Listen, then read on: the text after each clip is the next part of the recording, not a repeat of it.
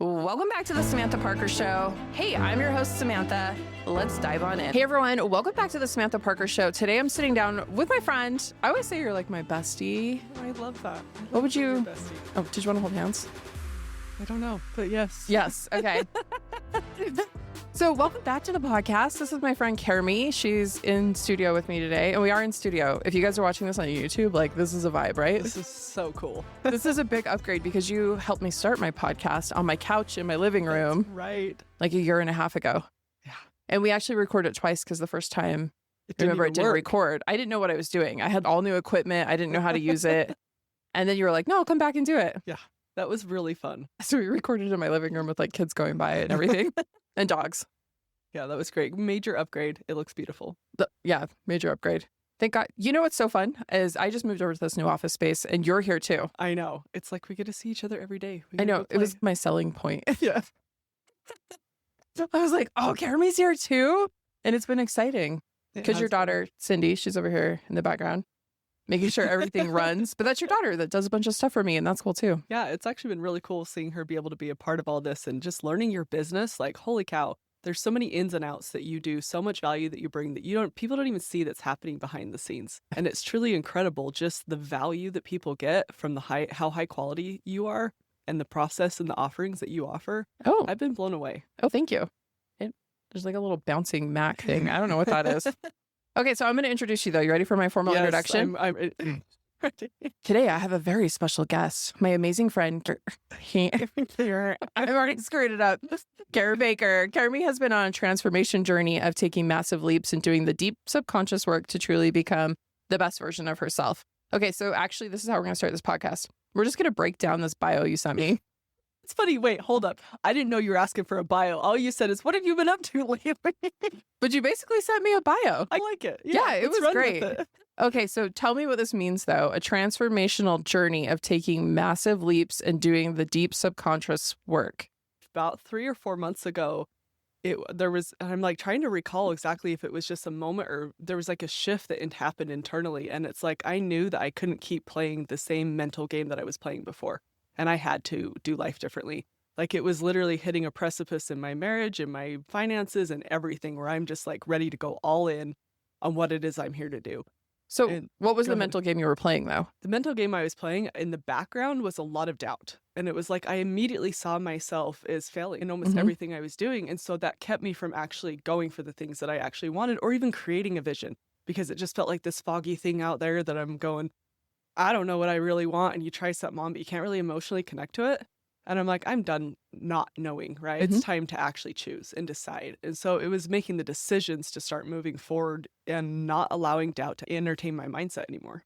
How did you do that? Were you just, listen, Mrs. Doubt, you can stay in the freezer, bitch. Yeah, what'd that look like? At first, it looked like a decision, an absolute decision to not entertain the thoughts. What that actually translates to, though, is consistent effort and practice to shift it. And so I actually ended up hiring a couple mentors that I work with. They're phenomenal mentors. They've worked with Bob Proctor. So I get a lot of Bob Proctor style. And I love it. And then on top of that, doing some different energy practices to get my body to actually know this. I literally have triggers all around my house. Like I expect to win, like all these things that I'm constantly implanting in my mind. But the biggest challenge has been, okay, if I notice the doubt creep in, it's no, I'm not believing that anymore. This is who I'm choosing to be and literally rewriting the scripts. And it's been challenging because I'm starting to see all the subconscious ways I'm constantly sabotaging myself. And yeah. You know what's so funny is I'm sitting here and I'm like, Caramie would never do that. You wouldn't think so. No. But it's interesting how it like comes in layers, right? And you don't know what you don't know until you know it. Yeah. And then I started realizing that, the whole reason I haven't really gone all in on business before is because I genuinely believed that I was going to fail. And so what did I do? I took a leap. I got an office. I said, no, like this is me being serious about business. I'm going to actually get out there and have those conversations every day. Even if I don't know what I'm doing, I'm willing to look stupid as F and fall on my face, whatever it's going to take so that I can learn how to do this. And it's been embarrassing in a lot of different moments. It's been really fun in a different moments, exciting. It's been all the emotions. So I think that's really cool. I would have thought you were already like just doing the thing. I was doing the thing, but there was a subconscious pattern that was playing out that every time I thought I was doing the thing, it was like this little version inside of me. It's like, you can't really do it. You Yeah. can't dream that big. You can't Yeah. think that big. You know what my story is? Do you know it? Which one? You know what mine is? What is I do things and then people are mean and I was like, see, nobody likes me. Oh, yes. I know that one. Yeah, you've seen that one play out a lot. Yeah. Crush it. Smash it in the face. Okay, hold on. Now we got to move on to part 2 of Caramie's bio. She's been diving deep into rewiring her identity, strengthening her trust in God, and emotionally connecting to her vision. So I have to say, it was maybe like a month or 2 ago, you said God, and that was the first time I've ever heard you talk about God. And then when you sat that over today, I was like, Caramie's bringing out the big G-O-D? Yeah. Yeah, what does that look like for you? Yeah, I think honestly, I got to a point where I was so tired of hearing everyone say the universe or spirit or God or whatever. I'm like, that was like this long drug out scent. And I was like, okay, what does this universal energy source, what is this actually, what do I get to call this? Because I'm tired of being this or whatever. Yeah. And so it was more about, I truly believe that there is a creator and a source that is working through me in ways I can't even see.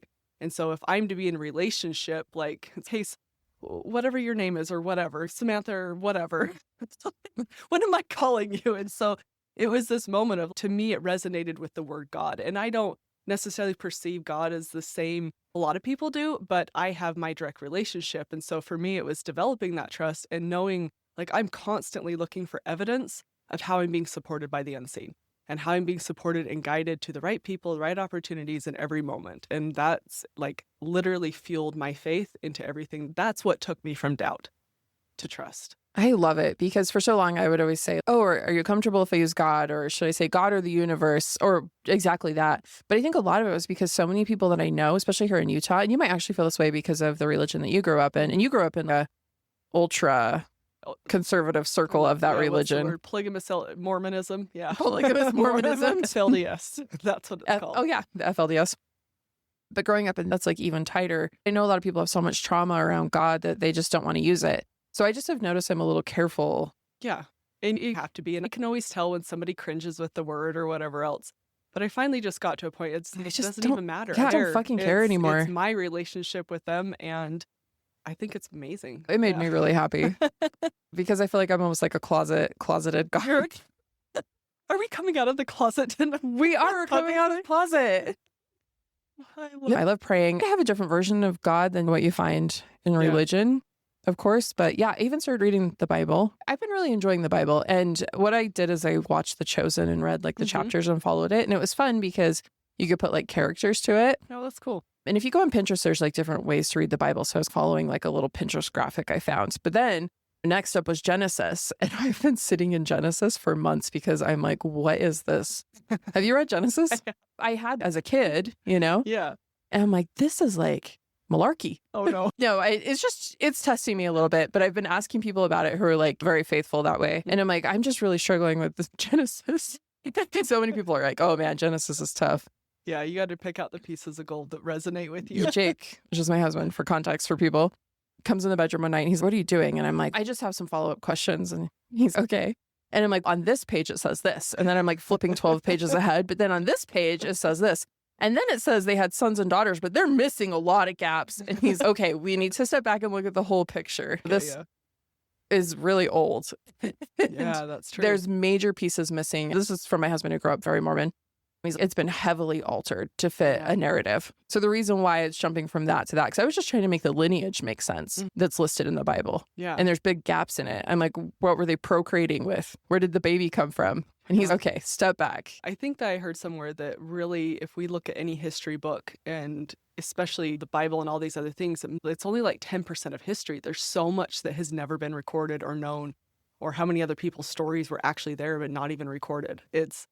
Yeah, we only know a small sliver. And so we're trying to piece those all together. You can even see 2020 is a great example. You can see how they were pulling down statues and changing different narratives. And you were like, but that's not how that happened. Yeah. Or that's not how I learned that happened. Exactly. So it's really easy to see. And even I remember, what grade was I in? I was in junior high. And in our history books, they were having us, like they had Xeroxed paper. And we were like with a glue stick, we were gluing over pages in the history book. Because our history books had like Russia as the Soviet Union. Oh, wow. And so we were because it had just happened. It didn't happen that long ago, where the Soviet Union divided up into the countries, gave all the countries back or whatever. Oh, wow. Wow. Yeah. Anyways, that's a side tangent.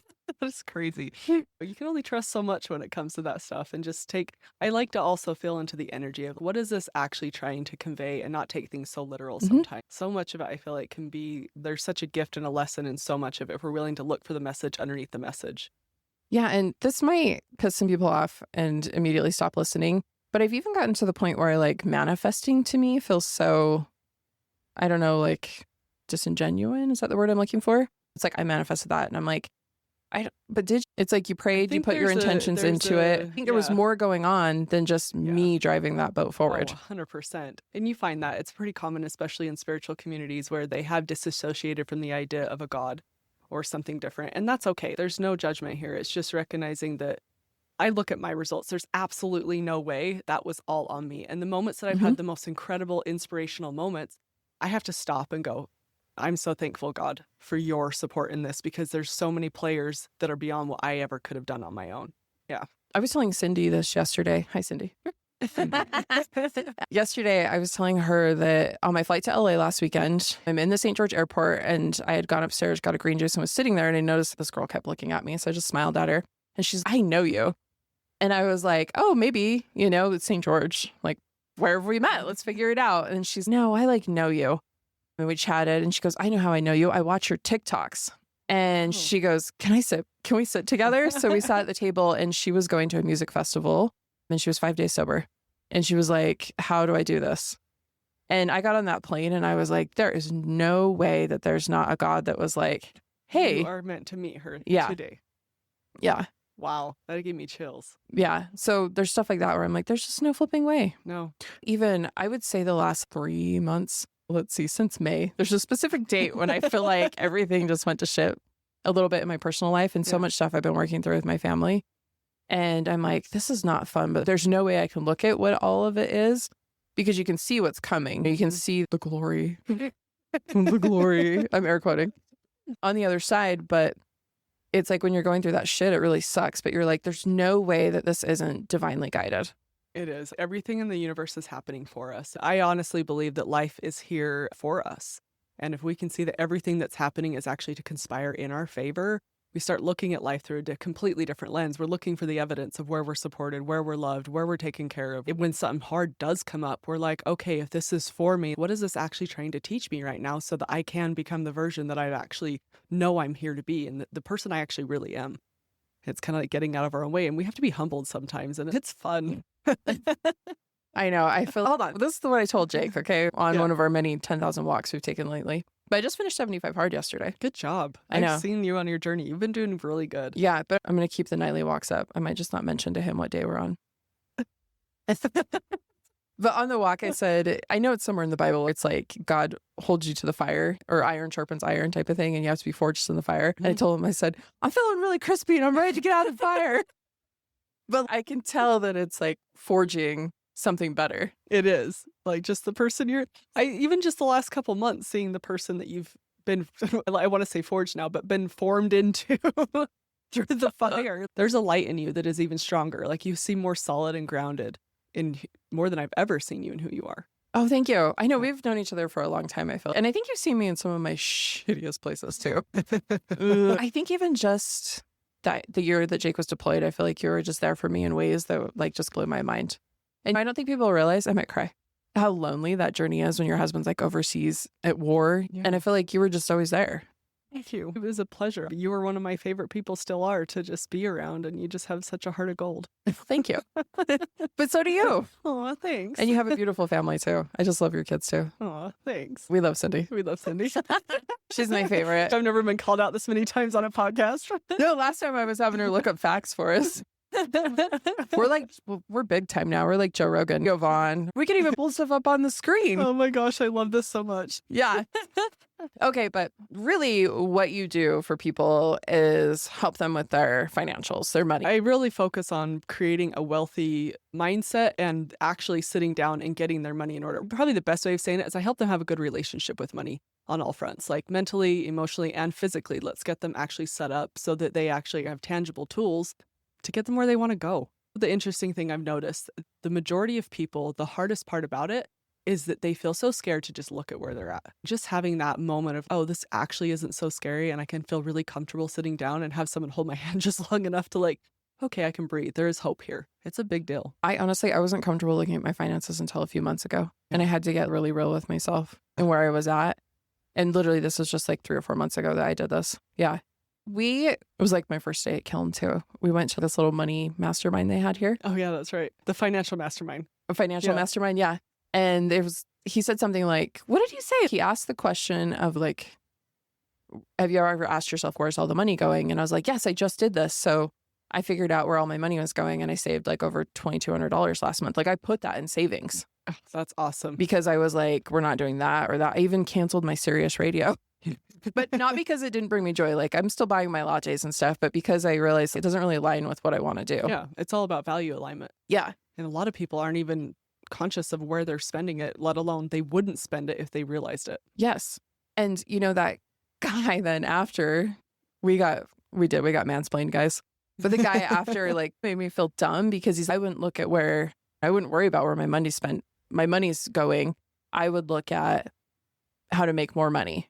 And I turned to Sarah, which is someone you work with, and she was sitting next to me, and I was like, okay, but like I just kind of whispered, I was like, but shouldn't you like be good with your money? Yeah. And you should be a good steward of your money. Absolutely. And I loved that. Yeah. And that's really the key here is, are we being good stewards? How are you going to be a good business owner or run your family, anything, if you are not a good steward? And by the way, it doesn't matter what your role is. Everyone has their own personal relationship with money. And in fact, when I think back on even the times where I was a stay-at-home mom and I wasn't the one actively bringing in the money, me developing my relationship with money actually was what helped my husband bring in more, and for us to keep it as a family. Like it impacts everything. Yeah, because you could just been swiping the cards 100%. And not asking questions. Exactly. And so I think it's super important to get educated and then be able to build that relationship, just like we talked a minute ago about building that relationship with God. Like Ooh. It's powerful. See what she did there. That was really good. No, but it is. Money drives everything. Right now, I'm not where I want to be, and I wake up in the morning and I'm thinking about it. I recently read a book. I recommended it to you. Gosh, every time I forget the name of it, and then I have to send it to you. But the concept in this book is save all you can, earn all you can, and then give all you can.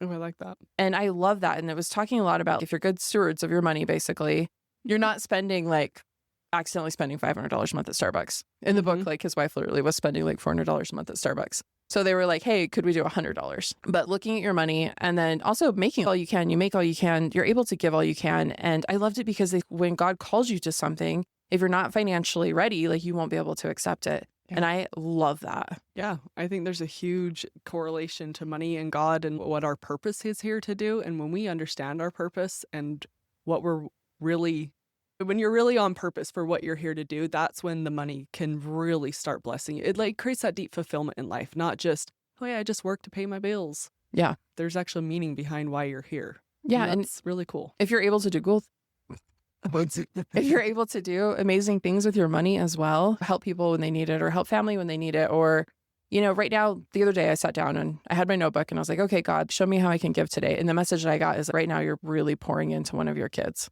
It's like all your extra resources are going into her mental health, her getting her back in school and getting her back to where she needs to be. And I was like, oh, you're right. And it was like, that's where all your extra stuff is. So just pour into your kids right now. That was like the blatant message I got. Yeah, it was awesome. I love that. One day we'll get her on the podcast to tell her story. Oh, she's amazing. She's such a sweetheart. I know she is. She's been coming in here. You've seen her? Oh, yeah. Yes. My Harley, my cute Harley. She's so cute. Yeah. Okay, so you help people with your financials. Is that, what is that? I don't, like, what is it? Is it like putting it in a spreadsheet? Like, what the hell are you doing? We do a money discovery process for people, and there's multiple different ways I work with people. But first and foremost, we sit down and do a money discovery and just help them. I really like to customize it to that person and what they need. If somebody's coming and they're struggling with a lot of debt, I'm going to give them all the resources and show them exactly what they can do to get out of debt. If there's somebody who's, hey, I want to save and I don't know where to sit there and put my money, we're going to talk about what the best tax strategies or the best saving strategies. Strategies? I can, up to a certain degree, share with, I'm not a tax accountant, so legally. We will not discuss that. We can talk about the best tax savings and what we can do on those. Sitting down, just helping people put savings into place and helping them to actually think about how much do I need in order to get to the point where I don't have to trade my time for money anymore. And I think that's the ultimate goal of a lot of people. We want to get to where we're not just slaving away and we're actually living on purpose. How do we get our bills and our basis or taken care of so that we can then do the other things that we're actually here to do? The things that I think are actually more important for our life. And we have to, but as long as we have a body though, we have to have money. If we didn't have a body, we'd just be flown and do whatever. We wouldn't need the actual physical money to have the life that we want. And I do believe it's our inherent right to be rich. And being rich is more than just money. It's being rich in relationships, being rich in connection, in our health, and all these other avenues. And so having money to supply that type of life that we feel is right for us. And everyone has a different thermostat of what they want and what they feel like they're here to do. Yeah. And so that's first and foremost. And then also sitting down and collaborating with a lot of businesses. So we help them to up their cash flow as well as get on track to take their personal leaps, which that's a lot of fun too. Okay, so how do you help businesses up their cash flow? We go through several processes. Some of it's like the money discovery, look at their actual numbers and stuff. But a lot of it is getting the mindset right and the clarity that person needs as a business owner to go, what is it? What's the leap that I'm ready to take? And where do I want to grow? Money discovery for your business? Yeah, money discovery for your business. I work with a couple other people where we'll get on track to get right. How do you want to run your business? And are you even in the roles that you want to be in? And what action steps are you lined up to sit there and take? I like to help people instead of going from the biggest thing is like you can take a company or any person, whether you're running a company or not. But I really enjoy, especially working with women in business, because it's like there's usually a heart involved of why they started something. But they feel really afraid to look at their money and their finances of where that's at. And so if you can help get them to create clarity on how they want to run their business, what their goals are. You're doing a really great job. Yeah, so are you. So I think the biggest thing is helping somebody get clear on, I don't want to sit there with somebody and go work really slow to go from A to B to C to D and just work their way down. I'm looking at how can I take somebody from A to M to A to D to Z if they wanted. Like, how do you take those big leaps and skip a lot of those steps in between, which is shifting their identity? In order to shift your identity, you really have to start going subconscious. And what are the thoughts and the things I believe about myself? Have you ever heard that story of The Fly by Bob Proctor? Maybe. I'm pretty sure it's Bob Proctor. So if I'm wrong, that's all good. It's like where the fly goes up against the window and it's trying to get out and it will literally keep hitting the window over and over again until it dies. And that's how often do we do that in life as entrepreneurs, as anybody just thinking they want to get to this goal and they'll just keep trying the same thing over and over again and it never gets them anywhere. Our literal culture and society is built on that. You go from school into college into getting a career. You're like, if you follow this ladder, that eventually is going to hopefully get you there. But usually by that time, you're too old to really enjoy most of it and you just end up in the grave. Most dreams go to the grave and die. And so when you think about a fly, the way out of this is, can the fly back up long enough to go, what's a different way I get to do this? How else do I get to operate my life? What are those leaps that will actually get me there 10 times faster? It may, and this is where I totally believe God has a hand in it. Where are the conversations I'm like one conversation away from a whole new life, right? Who do I get to talk to? What else do I get to implement? How do I get to behave differently? If I was this person that was going to make 50 grand a month, how would that person behave? How would they act? How would they talk? What would they actually believe about themselves? And so start integrating those pieces and creating that new identity. Now they're going to skyrocket. And so that's my favorite conversations that we get to have with people. Maybe we should be having these conversations. Yeah. What time is it? Can you come over? Yes. Will you come over for dinner? Done. You haven't been over my house in forever. I know. We need to play. I know. You know, when I stopped drinking, I stopped inviting people over. I did. Yeah. And I think I'm in a space where I'm like, what would I invite you over for? Games? I don't know. It's something. I need to look at that. You know what I'm saying? If it's been one thing for so long, or it was one thing for so long, now you get to rebuild what that looks like. But I can see you not wanting to refill it with the same thing. And I actually think it's really cool you haven't invited a lot of people over. You gave that space for that to be like excavated. Yeah, and it feels safe. I'm like, I come home and it's safe here. Yeah, it's a safe haven that's like holding this new version of you that's been reborn. I moved a bunch of my stuff around and it's fun. I don't know why I'm like, you need to come see it. Yes, I will come see it. This reminds me of the time that we like got all that shit out of your closet. That was so funny. I'm like, what are we, 5? We're totally 5. We're like going through my husband's ring collection. Yeah. Ooh, look at this one. And then you're like, showing me all the dresses you bought for all the things. It was fun. It was good times, man. Yep. So what do you feel has been the biggest trajectory forward for you using any of these things you're discussing? So you're sitting here like a few months ago and you're like, F this. I always call it like, well, just put a gun to my head, man. I'm done. Yeah. I don't want to say that, but I said it.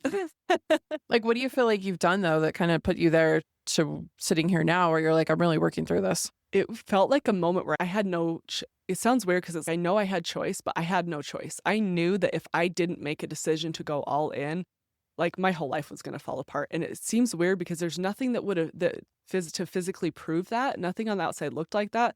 But internally, it's like, you don't have a choice. Your life is going to fall apart and everything's going to crash if you don't make a different decision. And so it wasn't even a thought of what do I want to do? It was like, you have to do this. And I knew I did. And so this has just been the internal journey of recognizing it. And it's been interesting. Sometimes I'll deal with feeling, I don't want to say low in energy, but it's like those moments where I just like want to crawl back in bed and be like, I'm just not doing this for 5 minutes. And then I'm back in. Okay, we're back in. I do that. Like, yesterday, I've been watching, don't make fun of me. I've been watching clips of Dr. Phil. I love you. Everyone needs to numb out once in a while. And I did that last night. I was like Jake comes in the bedroom. He's like, what are you doing? And I'm like, I'm watching my shows. And I was just watching a 15-minute clip of Dr. Phil. And I was like, when this is over, we're going for a walk. We're going to go down to the park. Yep. My sister just lived. My sister just moved by us. Oh, that's so cool. Yeah, my parents bought a house like 2 streets over from us. And my sister, huge house. You got to come over and see it. It's like from the 90s. So it's huge, but it's like kind of quirky and I love it. It has a pool. Oh, I love that. Yep. I'll bring the kids over. My parents aren't there. But it's so big. My sister moved in with them.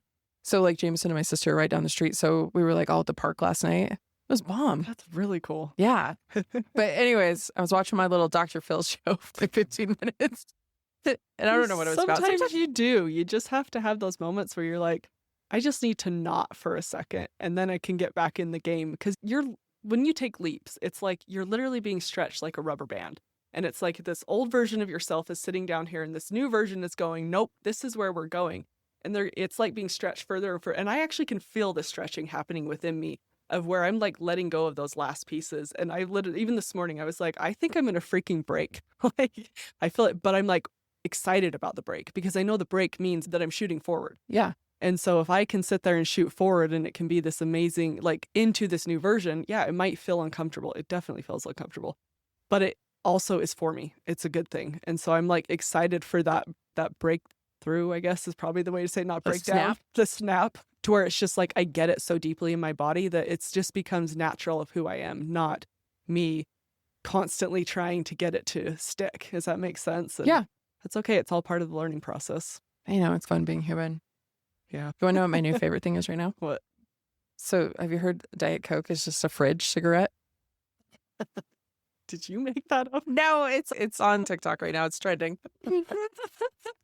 Full something hilarious. to take the edge off. I'll never unsee it. I'm never going to unsee it with you. I need 2 a day. Make AI make a little cigarette with a Diet Coke. Just a little something to take the edge off. What are you most excited for? What do you have coming up? I'm really excited about this event that we're doing next week. We did the event. It's called Freedom Formula up north about a couple months ago. This podcast will air like pretty far probably out from that. But like, is that something you're going to keep doing? I'm going to be doing a series of events. What I'm excited the most about is that I'm really committed to, and a part of the thing that I've resisted for a long time, let's just be honest, is really getting my voice out there more. That even just doing the podcast, when I start speaking, I feel so alive and I feel so me. And I'm like, I know this is a part of what I'm meant to do. Yeah, and you're like very lit up and you're very excited to share. Thank you. Yeah. And that's where I feel so called to do things more. And so I will be doing different events, but even just doing more speaking, I'm like, I don't even care if I'm just talking to myself on a podcast. Like, I know this is a part of that stretching I was just talking about where it's like requiring me to take it to the next level.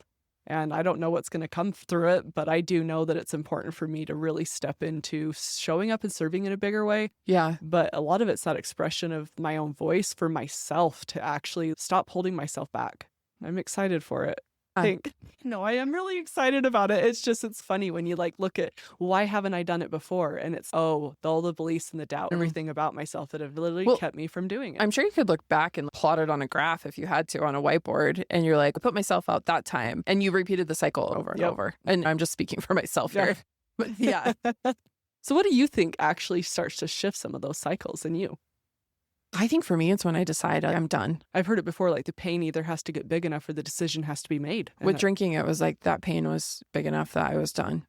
Yeah. And now that I have this delusional mentality, I was like, oh, I didn't drink for over a year. Like, I can just really fucking do anything.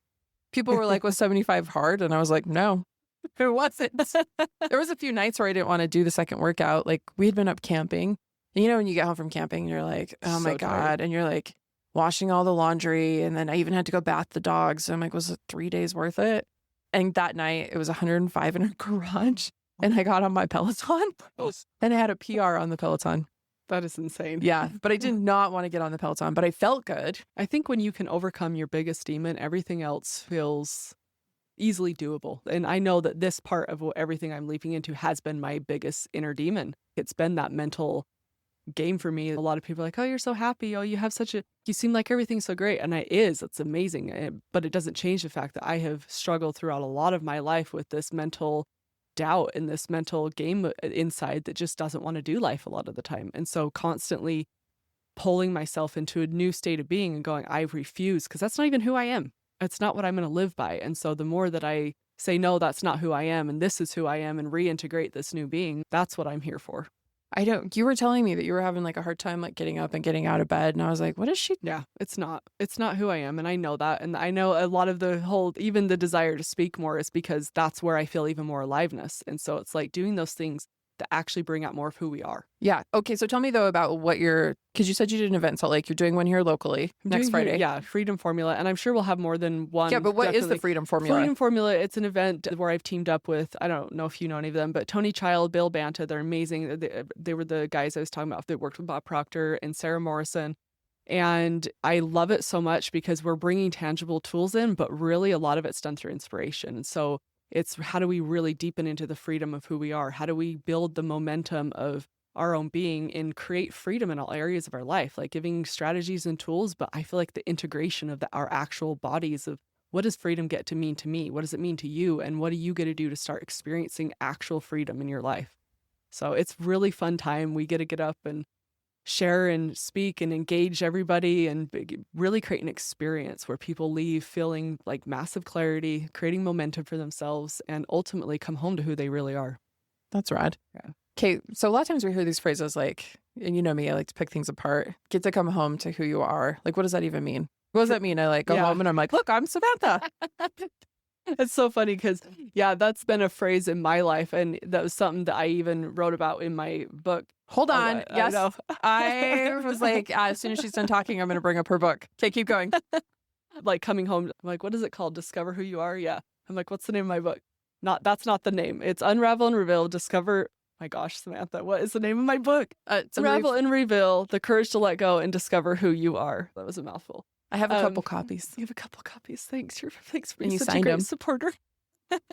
So coming home to who you are, I think life is more of a remembrance, not a trying to be somebody else and trying to continue to, okay, I need to learn how to be this version. I think it's actually shedding all the layers of who we're not. And so coming home to who you are, it means that you've really let go of all the pieces that you're not. You're saying, no, I'm actually not this. I'm not this. And you're letting these pieces go so the real you can actually come out. And I think when I say home, it's like that place of peace.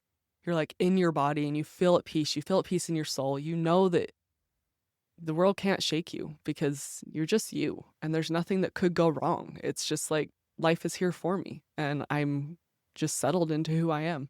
Ooh, that's deep. I love that.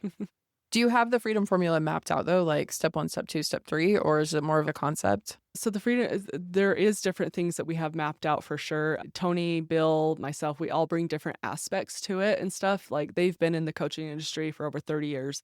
They're phenomenal at it. And I really love a lot of the concepts. And a lot of it's rooted in, are you seeing life as here for you versus against you? Are you looking at the best case scenarios and having that deep belief in yourself? Or are you looking at worst case scenarios and living from fear and anxiety in the world? And how do you do that? How do you get yourself back into that state of calm, that state of knowingness in your body that you're just like, wow, I feel like I can, like you said, after you stopped drinking, you feel like you could do anything. It's like integrating that into your being. So yes, there's definitely. And isn't that weird too? That is literally the hardest thing I've ever done in my entire life. And it's just so weird to me, especially when we birth babies out of our vaginas. And I'm like, that's the hardest thing I've ever done. I know. I always laugh when I think about birth though, because I'm like, so easy to get pregnant most of the time for most a lot people. of fun. So A lot of fun. Oh, wait. Yeah, you're right. For most people. Yeah. I sneezed when I was pregnant. But then there's those, you have no option. It's coming out one way or another. With drinking and having those different mental things going on, so much of it is a choice that we pick up and we choose over and over again because of the thoughts and the feelings and everything that are literally overclouding and taking over. It's like trying to cut through this field of not who we are. And sometimes if we don't have the strength to do that, it can be. What do you think is the hardest thing you've ever done? Hardest thing I've ever done is to deal with I don't know what you want to call them, just the mental, I kind of call them demons right now. I was thinking like depression. It's depression. It's depression. Yeah. And it's just recognizing, like, I've come to a really healthy place with it as far as, oh, it shows up. Oh, hey, my friend depression's here. All right. But I know it's not me. And so it's just like having the conversations. What are you actually asking me to be aware of? Because so much of it, I think people look at it as this negative thing. For me, it's a call to look at something. And it's saying, hey, can you slow down long enough to actually take a look at what's really going on in your life right now? And that's what I kept refusing to do. And so that's where I have to remember that over and over again. Like, this is just asking for my awareness and my love right now. How can I bring love and awareness to it? And then it literally can be 5 minutes of it. It can be a whole couple days of it. The faster that I can shift back into remembering it's not who I am and it's not what I'm here for, and get clear on what it is it's asking of me, it's actually really cool. Have you had your hormones checked? Yes, I have. My hormones are actually phenomenal, believe it or not, because it's not like an active thing I have to deal with all the time. Yeah. It's just one of those situational things that come up for me that it's, oh, I feel the energy. It's like this energy of heaviness. And it's, okay, what are you asking? What do I get to do to pour love into myself? And where do I get back into alignment? Because the minute I get back into alignment, I could be feeling, okay, here's a perfect example. I went surfing on a lake the other day. You went surfing on a lake? Surfing on a lake. Oh, boat first surfing. Time, boat surfing. Was that your first time? Isn't it fun? First time ever. It's easy, huh? I'm not going to answer. I mean, it's easier. It takes me like a good 10 tries to get up. So I'm not going to say okay, I'm glad. No, but what I'm saying is it's not as hard as you anticipate. I didn't know what to anticipate. I didn't know what to expect. Last time I had done anything, I was water skiing when I was 12, and I got up the first time, and I was like, because you were 12. Yeah, you weighed 10 pounds. I realize that now. Yeah. But what was crazy about it is that morning I woke up and I just had deep sense of heaviness and sadness. And I was just like, okay, no worries. Like, we're just going to go. We're going to play. And so I'm the whole way there and on the boat, like it was this moment where I'm being surrounded by all these incredible people. And I'm like, how cool is this that I get to be around so many incredible people? But I was feeling that still. And it was like the moment where if anyone had asked me the right question, I would have broke down in tears. But I was just like kept breathing and pouring love into myself. And then I got out into the water and I was just like, all right, here we go. And I was getting knocked on my butt so many times and like trying to get up. And I was really appreciating some of the women there because they're like, okay, this time get into your body. And it was like the remembrance of things and one piece at a time. Okay, now I want you to focus on breathing. And it just kept bringing it deeper and deeper. And I was being so aware of my body in every moment. And then just like the first thing, okay, first hold the arms straight. Now clench or tighten the legs as you go up, like just one step at a time. And eventually 5 or 6 times I finally get up, but then I fall down immediately again. And I kept going, no, you're going to go get back out there. And so I went out probably 12 times. I don't know what it was, but the last 3 times I actually got up. See? And I was like, the first time though, I was like, what do I do now? Like I'm up. And they're like, have fun, breathe, relax. Did you let go of the rope or did you keep it? I did. One hand I did. And so it was fun, but it was like that everything, all that heaviness has shifted and left in those moments. And even after, like I was so good. And it was just that reminder that there's sometimes this heavy energy that can sit there and take a hold, but it's not who you are. And the moment that you remember who you are, there's no reason for it to even take place. And I'm like hearing myself say that right now. And that is such a good reminder because it's like the moment you remember who you are, there's no reason for the heaviness. And I slip in and out of remembering who I am and getting lost into who I'm not. And it's a dance we play as humans. It's really funny. It is. And sometimes this is a little different than what you're experiencing, but like lately, like the anxiety has been getting to me and I kind of have to shift myself, right? Like I was just thinking, I'm like, oh, if I woke up and I know that feeling you're talking about, jumping into that lake would have removed it. Yeah. You're like, oh, just sometimes your body needs like that shock. Yeah. And we are nature too. How often are we removing ourselves from our nature of who we are? And that's why I think nature does help so well with that, but also our nature in multiple ways. How are we as natural human beings? And what is the nature of what we are here to do, asking to come through? Yeah. So good job. Very cool. Ready for this bump? You're such a badass. So are you. I guess now we say baddie. You're a baddie. Daddy. You're a baddie. My Is baddie that the new friend. slang? Yeah. I like it. The slang. That goes back to our conversation that was off camera. What are you drinking? I attempted coffee. Coffee? Yeah. I'm not a huge coffee drinker. I was going to say, I feel like every time we go into coffee, you do tea. I do tea. And I was like, I want to pick me up. So what do you like as your, let me start that over. As a family, because I know you've got 3 kids. I know your husband. Where do you kind of see yourself moving as a family? That's something I've been thinking about a lot lately. Just moving physically or moving? No, or maybe physically. Just, do you sit down and look at like your family as a whole and you're like, where are we going? Yeah, we definitely have like our family ultimate visions and stuff that we're wanting to create. I was just having this conversation yesterday with my husband, actually, and it's interesting because in the past, we would have just been like, yeah, we just want to have this big ranch, which is still a part of our future. And I know that. My husband's, he's a creator. He's a builder. He's going to have his big ranch and he's going to have his big, he loves space. He really wants space that he can walk out to if he wants to walk out there butt naked and nobody's watching. It's like the being out in the middle of nowhere. Whatever.